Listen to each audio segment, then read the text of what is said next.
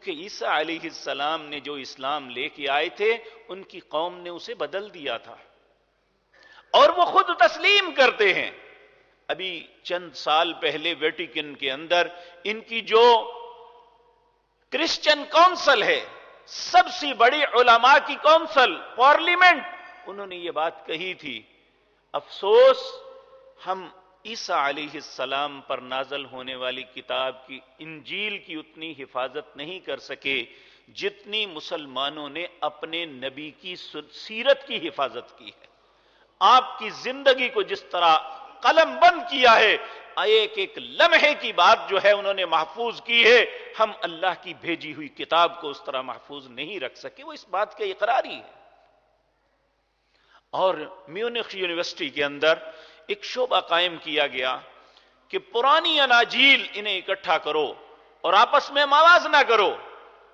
300 اناجیل اکٹھی کی گئی جو یونانی زبان میں تھی، قدیم ترین.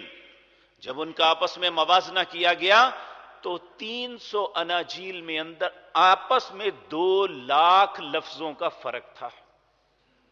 یعنی اتنا اسے انہوں نے خلط ملط کر دیا، ان کے علماء نے اسے بگاڑ دیا. اسی لیے پیارے نبی جناب محمد الرسول اللہ صلی اللہ علیہ وسلم نے فرمایا تھا، یہ اللہ کی کتابیں ہیں، ہم ایمان رکھتے ہیں. انجیل بھی اللہ کی کتاب، زبور بھی اللہ کی کتاب، اور اسی طرح تورات بھی اللہ کی کتاب، لیکن ان کی قوموں نے انہیں بدل دیا. اب نہ ہم ان کی تصدیق کریں نہ تکذیب کریں، نہ انہیں جھٹلائیں نہ انہیں سچا کہیں. کیوں؟ آپ نے فرمایا ممکن ہے جو بات ہم پڑھ رہے ہیں وہ اللہ کی طرف سے ہو، اگر ہم اسے جھٹلاتے ہیں تو ہم مجرم نہ بن جائیں. اور تصدیق اس لیے نہ کریں، ممکن ہے جو بات پڑھ رہے ہیں ہم کہیں اللہ کی طرف سے ہے، وہ انہوں نے بدلی ہو تو ہم اس بات پہ گناہ گار بن جائیں. اس لیے ان کو ان کے حال پہ چھوڑ دو، اللہ نے تمہارے پاس قرآن کی نعمت عطا فرمائی ہے. اور اس کے متعلق اللہ نے فرمایا ان ھذا القرآن یہدی للتی ہی اقوم.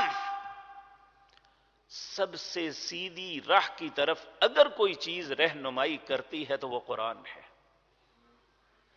تو میرے بھائیوں، اس بات کا انکار ایک یہودی کرے تو افسوس نہیں ہے، کیونکہ وہ ہے ہی کافر. اس بات کا انکار ایک عیسائی کر دے تو کر سکتا ہے، اس بات کا انکار ایک بے دین آدمی کرے تو کر سکتا ہے.